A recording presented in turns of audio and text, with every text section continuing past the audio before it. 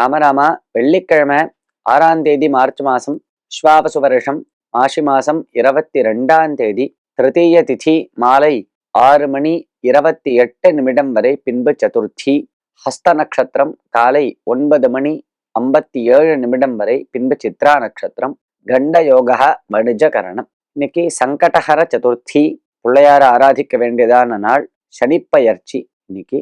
ராகு காலம் காலை 10:30 முதல் 12 வரை, யமகண்டம் மதியம் 3 முதல் 4:30 வரை.